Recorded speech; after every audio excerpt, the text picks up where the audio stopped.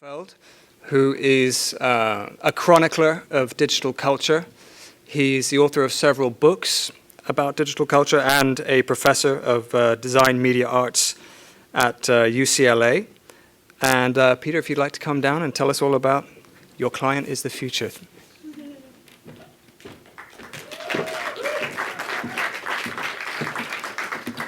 My God, anyone who can make it to 5:30 has my thanks and appreciation. Every one of the speakers who's come up has already sort of made the sort of apology, and I'll give my apology, which is I always hate going last. It's basically n squared does not equal a. So my narcissism, my nerves do not equal attention, right? I can't pay attention during the conference when I'm going last, except for today. I was really delighted, and I will remain delighted all the way through this talk to be able to engage with really a remarkably high level of discourse about design. And I want to start just by talking, as I'm charged with, the future. I mean, we all know, and we will talk more today about the risking things by thinking about the future through the lens of design. But we also know that not thinking about the future can be just as bad and even worse. It's a kind of hubris. And so what I'd like to do in my allotted time today is to talk about what it might be to emulate for those of us who are writers about design, for those of us who design, and even for those of us who consume design. A Venn diagram that now has all of us, right? If we could think occasionally about taking on the future itself as a pro bono client. Can I just have a show of hands? How many people have ever worked with pro bono clients? Anybody? Enough of you to know how awful that is, right? I mean, pro bono clients, they do really good things. They open rape crisis centers, they feed the poor, they do really fantastic things, and they don't know a blessed thing about design. They don't, and they also have no budgets. And so they're actually really tough to work with. But that doesn't mean that we should give up our pro bono work, right? It's for the greater good. And so I would ask us to think about the future itself as our client. And I wanted to start, well, basically to lay out that I'm going to lay out a problem, and then I'd like to offer some form of a methodology, and then I'll really spend some time talking about my own practice as having engaged with the future, even if it's only been 15 minutes out. So as we hurtle into the 21st century, we suffer, I feel, from a vision deficit. For all that Justin was absolutely correct in saying that there's a vast amount of criticism and there's a vast amount of stuff out there, I do really worry. And I think that one reason is that we have so little faith in the future now, and that the shape of things to come has never been so inadequately imagined. And I'd like to really pinpoint this by saying that in talking with students and in talking with young designers over the past 10 to 15 years, I've noticed something that really scares me, which is that their hopeful future, their utopia, is entirely personal. It can perhaps extend out to a family unit, but once it extends, once it moves into the neighborhood, the state, the nation, the world, it becomes shared only in one aspect, and that is the apocalyptic. And so I really spend a lot of time with my students and with others trying to talk about the fact that if you can't imagine a future that you yourself want to live in, and you have these remarkable talents with which to describe in language or to make inform that future, we are in a boatload of trouble. I'll point out, a couple of years ago, an incredibly talented student was tasked only with a film scenario for the future. He's an Adobe award-winning illustrator, and this is what he came up with, right? All he said is, make something about the future. Radiation from nuclear fallout has mutated most surviving humans, and those few who have proven immune have fortified the Rose Bowl's walls and made the interior completely self-sustainable. I don't know if they're going to be micro apartments inside to protect yourself from zombies or not, but, you know, at least fashion will change. As you can see, we'll need the flowing Chinese garments might work very well for the mutants, and one always needs a new niche. Okay, knock modernism, if you will, but I really enjoyed the way that Nicholson Baker, that was a long time ago, the way that Nicholson Baker talked about the encyclopedia covers. And I think that just that those illustrations had inspired him so, and I bring us back to 1928, and the Swiss-American illustrator Frank R. Paul, working for the Luxembourgian-American Hugo Gernsback. You don't hear enough about the Luxembourgian-American community. That's sort of a joke. It's not a good one, but it's the only one you're going to hear about Luxembourg today.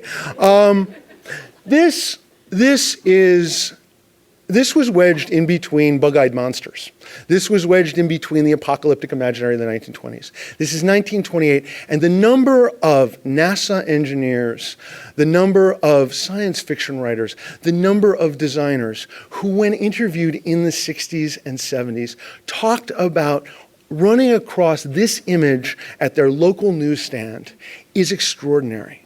And this golden sky into which this man rises, and yes, I'm aware of the gendered implications here. He is waving at the woman, or the woman is waving at him, and I'd like to see that reversed. But I think that this kind of imaginary, right, is one that we do need to engage with still. We've already spent a fair amount of time talking about radiant cities and their problems, but radiant cities were an inspiration. Radiant cities did have a certain, foothold in the imagination. Just in the same way that, we know 50 years plus after Helvetica that, there are corporate ideologies involved, but that moment of wishing to have a universal international language is one that I still think we need to be thinking about. And for me, and for people in my generation, and perhaps Nicholson might agree, like, we saw the future, we went there, and then we stopped, right? Buzz Aldrin. One of my favorite stories about Buzz Aldrin is a denier, a moonshot denier came up and stopped him. Buzz was in his 70s. The guy kept bothering him about it. And then he just slugged him. And that's one way to deal with truthers. I'm in a very combative mode, and I'll tell you why. But later, see, that keeps you engaged. I'm not the only one. It's one thing when critics complain about stuff. It's another thing when venture capitalists do. And Bruce Gibney, Peter Thiel's partner at Founders Fund, who are the VC people who funded Facebook, you've heard of them, he once wrote a piece in 2011 called What Happened to the Future? We wanted flying cars. Instead, we got 140 characters. Okay, they didn't invest in Twitter, so it's kind of a dig. But I agree with that. I do feel that one of the reasons the future is not being imagined right now is that we feel a bit of a surfeit of futurity through our devices, through our screens, through all of that. And I guess what I'd like to do is to talk about a method for getting out of this. And my method is called Bespoke Futures. I do workshops with designers and with students. And I'm interested in perverting scenario planning. Oh, bespoke, of course, comes to us from tailoring. If I'm going to show somebody, I might as well show Sean Connery getting a suit fitted, right? And so scenario planning is something that, far-sighted multinationals have been institutionalizing to ponder upcoming conditions and their effects on long-term profit and loss. By taking corporate scenario planning and perverting its methodologies, audiences, and outcomes, I hope to look at drivers. So they look at drivers like society, technology, economics, politics, and the environment, and turn it and try and make a way for people to start thinking about futures and future designs that might potentially inspire them. Peter Schwartz, co-founder of the Global Business Network, has done a really nice set of 10 pieces of advice for this kind of scenario planning. I'm going to show you 5 that I've sort of inverted. He says stay focused, and that's really important when you're working with a large group of people who are paid by a corporation. But if you're working alone, you've got to stay visionary. He says keep it interactive. Obviously, I think for the kind of communities I'm interested in, you have to design it interactive. He says don't settle for simple high, medium, and low plots. And I have to say, there's only so much time, so aim high. He says avoid drafting too many scenarios. I've spent too much time with designers to not fall in love with the iterative process, so kill your babies. All right, draft enough scenarios to kill all but the best. And then he says make the decision makers own the scenarios. Again, very important within the corporate process, but to own your own scenario and to start believing in this notion of a future that you yourself want to live in strikes me as being very important. Now, these are the kinds of whiteboards that we generate and that, we're constantly trying to work on things. And I always say, if there's one thing I don't want, it's, an image of our shared apocalypse. And, for me, I think that, it's an oil field on fire with someone with an AK-47 running at you. And so I'm going to go through one of my favorite results from this process by a student named Emily Kimji. And Emily, of course, being a focused and good and talented student, his first drawing was of an oil field on fire. This is precisely what you should do to your professor when you get a chance, which is to pervert his perversion. And we can explain this in part. The student was from Tanzania, and he was on his way to Dubai, back to work in Dubai, and he said he really needed to get this image out of his system. But let's talk about where he moved next. He wanted to think about memory and communication, and really about communication. So he started to think about stones as holding archives of history. And once he'd worked out the technical aspects of that, he could move on to the network that used stars and planets as intergalactic routers. But really, what he was looking to do, he wanted to create an infinite alphabet. Now, he was fully aware of the oxymoronic qualities of an infinite alphabet. An alphabet must have limits in order to communicate. But I think you have to sort of understand he was ethnically Indian. His family had been living in Africa for more than 100 years. They had converted to Islam sometime before. There were varying strains within his own family, not only religious strains, but really personal strains. And he really, when he was in the States and then thinking about going back, he wanted, in essence, to have a way to communicate his own personal experiences from the family level to the national level, to the international level. And this, again, was just his attempt at getting towards a certain place, a futurity that mattered and was meaningful to him. I'm going to move over to talk about the kind of work that I've done, where I've tried to think about the projects that I've been involved with really as being kind of strange attractors, to use the language of chaos theory, strange attractors that draw people in, even if it's only for a short amount of time, to a vision of a future that I think might be compelling, and to make material and immaterial objects and systems and spaces of discourse. And I was really interested early on when the idea of the long form argument came up. I really care about the long form argument, and I'm really interested in how the long form argument functions in print.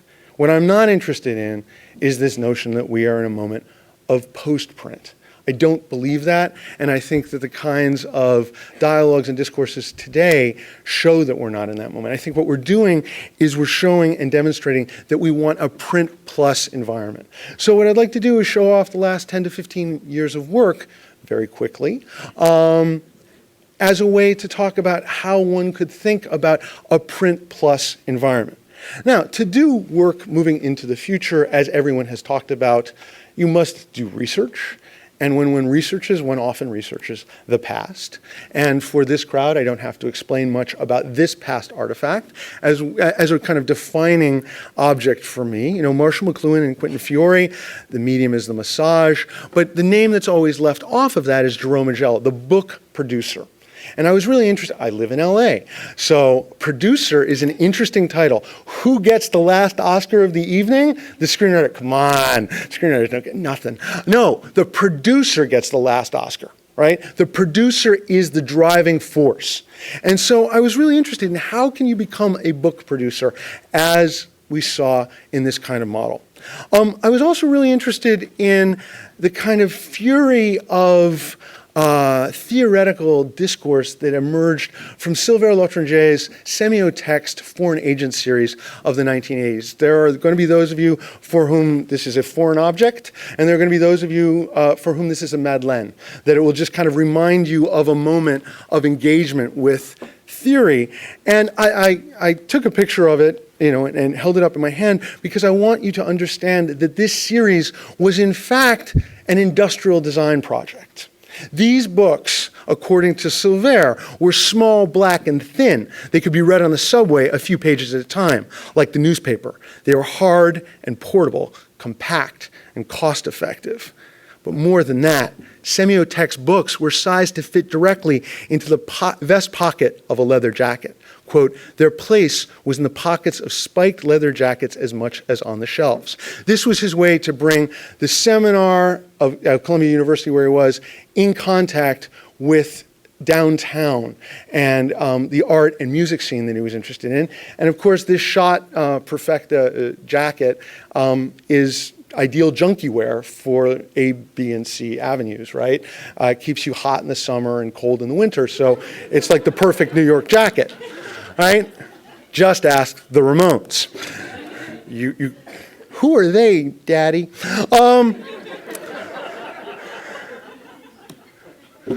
I didn't have a jacket.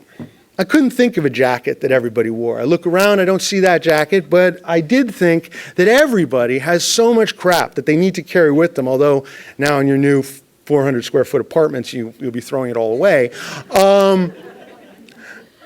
But everybody carries so much, they all have bags, and those bags all have zippers. And you unzip that zipper, and you're not going to throw in a zone book, to remind some of you that like that thick, right? But you might throw in a book that was thin and portable. A book that was produced by someone, me, who got money from the Rockefeller Foundation, the Soros Foundation, them, to ask writers I cared about, who I thought had really important things to say about producing 21st century culture, and the kinds of designers who could create context and hypercontext that would really develop these into something that could become user's manual for the 21st century, where you could turn the kind of private theory of the seminar room and the crit into a public discourse, media experimentation into a kind of cultural intervention. I'll go through just one of these right now. Rhythm Science by Paul D. Miller, aka DJ Spooky, That Subliminal Kid. I got him before the Metropolitan did, so represent. And it was featured in the Smithsonian's Design Triennial and all those kinds of good things.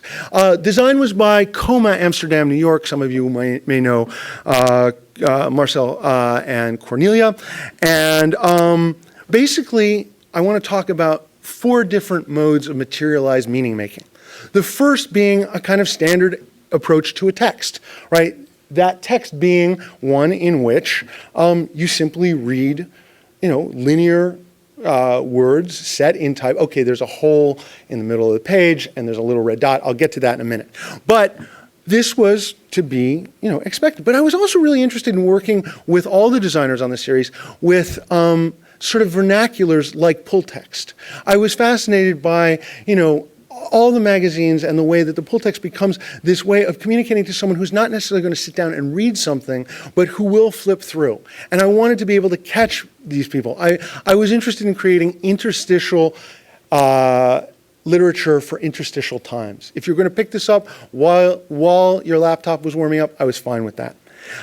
Paul himself made a lot of work over the years that that was really small scale illustrations for stickers. So we then just had an entirely visual mode of engaging with this, where Coma remixed his own visual work. And then finally, and this is to be expected, that little red button held in a CD. Daddy, what's a CD? Held in a CD that contained a work that he also called Rhythm Science, where he remixed a really major spoken word archive of 20th century artists, writers, and poets, and created a further oral environment. So what you have here are 4 modes of materialized meaning making: textual, politextual, visual, and oral. This is what I'm talking about when I'm talking about a kind of print plus environment. I was really interested in then moving on into exploring even more deeply what could happen with the intersection of visual culture and longer form discourse, but I didn't know who to subject to Mika Harritsen, the remarkable Dutch provocateur.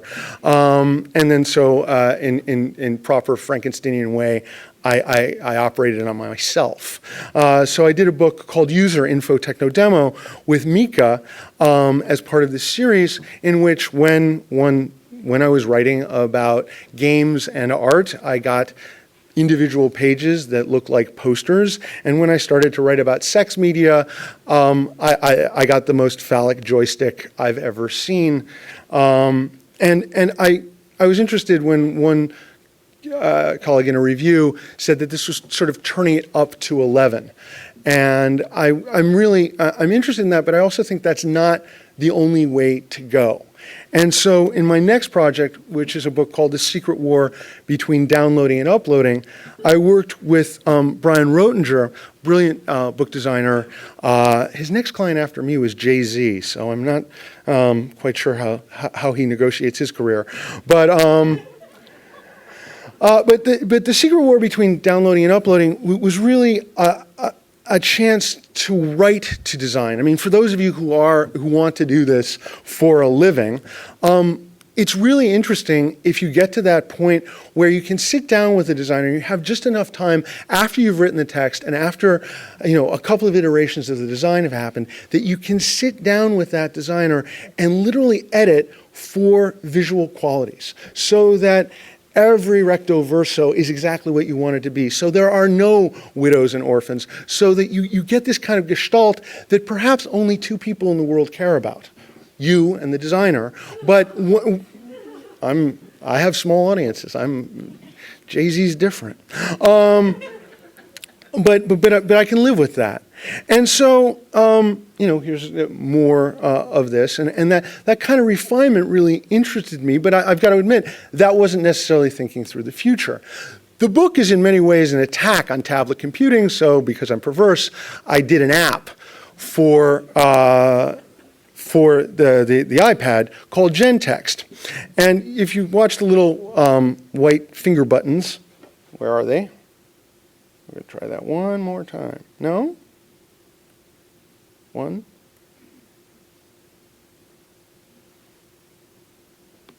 No? It certainly worked before. I'll describe it. Basically, you can zoom in and zoom out of varying levels of the text.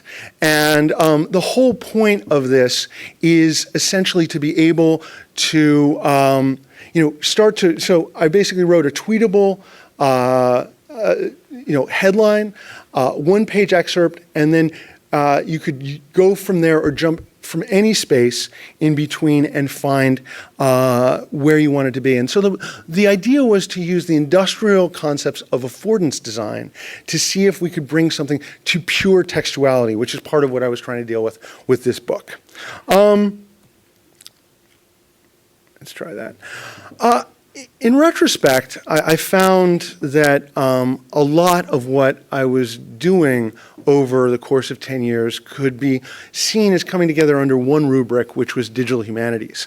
And so with 4 other people, I wrote or co-wrote a book called Digital Humanities that tried to take advantage of a moment in which collaborative work was going to be something that was really important. And we were talking about the intersection of the oldest kinds of concerns of humankind: philosophy, literature, theology, archaeology, art history, musicology, and bringing them together with new technologies, not just to answer the old questions quicker, but instead to ask entirely new questions. And for those of you who are interested in people like Franco Moretti or other digital humanists, you'll get a flavor of what I'm talking about. Ann Burdick, who actually designed one of the Mediawork pamphlets, Writing Machines by Anne Catherine Hales, and who also worked with me on a book that I wrote the preface for and that was edited by Brenda Laurel on design research, was given full co-author credit as a designer. And we approached all of this as a design charrette, actually, the writing of this. I'm in a particularly furious mood right now because during today's conference, the New Republic published an entire screedly awful put-down of this book in which they referred to the 5 co-authors as the authors, taking the only joy of a bad, crappy review that they spell your name right and obliterating that. So I'm in a very bad mood about the New Republic right now, and I will show you how soon. This is prefacing something that will come later. I want to close, actually, by talking about the fact that, I said one takes the future as a client, but a pro bono client can't be the whole of your practice. And so right now, I'm a little bit tired of the future, and I'm going back into the past, and I'm writing a book about a kind of alternate connectionist history of Southern California's cultural life after World War II. And I'm publishing it, in bits and pieces in The Believer, among other places. And I just sort of thought, I'd talk about the fact that even in this move back into history and cultural history, I can't get away from the future. So I'm interested in the fact that you publish something now, a long-form piece, in print in a magazine, and of course it ends up on a website, and then it gets collected into a book of the best of that magazine over 5 years, and then actually I was lucky enough to get a fellowship from Vectors, which is an online interactive journal. And it was interesting to try to think about how to make this interactive. And I actually brought in my own outside designer, Dimitri Siegel, who a lot of you will know from Design Observer, a really wonderful critic of design as well as being a superb designer. And what we ended up doing was making a little piece of design cinema. And so what I'd like to do is close off today. See, I told you there was preset. That's to the New Republic. That's Mickey Dora, one of the most famous surfer of the Malibu break, and a nihilistic philosopher and felon. And what I wrote was a piece called Gidget on the Couch, Freud, Dora, no, not that Dora, and the secret Austro-Hungarian roots of surfing. And what I tried to do was to create a linkage between surfing and California modernism, especially architectural. And I'm just going to close with like a 1.5-minute clip of this to show how design can be used in a kind of print plus environment. The notion is you can read the essay and then, if you feel like it, watch this, or vice versa, or, as most people do, neither. Now let's see if that plays. For the rest of his life. Okay. Because he really felt like this woman had destroyed his Eden. Mickey Dora was a great surfer. He was a little odd. I do recall that he took me up to Wrightwood, which is a ski area, and asked me to walk up the lift because, we weren't going to pay for a chairlift. He just rejected the system, and he did what he wanted. And I think that people are always asking themselves, what should I do with my life? Mickey's a guy who pretty much said, I want to go surfing. We build our pictures about culture from lots of different pigments and different ways of holding the brush. That's how we paint a portrait of when and how we live. And that's why I thought it would be really interesting to look at modernism, which in its Southern California variant, became truly a dominant style of building, at least in that way that the early California modernists, like Rudolf Schindler, like Richard Neutra, opened up a dialogue between inside and outside and created a new concept of what constitutes flow from the exterior to the interior and back again, a way of building that simply isn't possible in a frozen place like Vienna. I'd like to just close with one thing, which is a note of appreciation for the graduate student presentations we've seen today. I was talking with my colleague Lev Manovich, who's here today from the Graduate Center at CUNY, and we were both admiring of the fact that, you know, visual communication is used here to really augment and enhance very serious dialogues, and that in the humanities and the social sciences and the sciences, that's just not true. The number of times I've had to sit through bullet points that are red, that's novel, you know, it just dwarfs and really enhances the pleasure that I've had watching these students today, and I'm looking forward to the final two and to having a dialogue about this.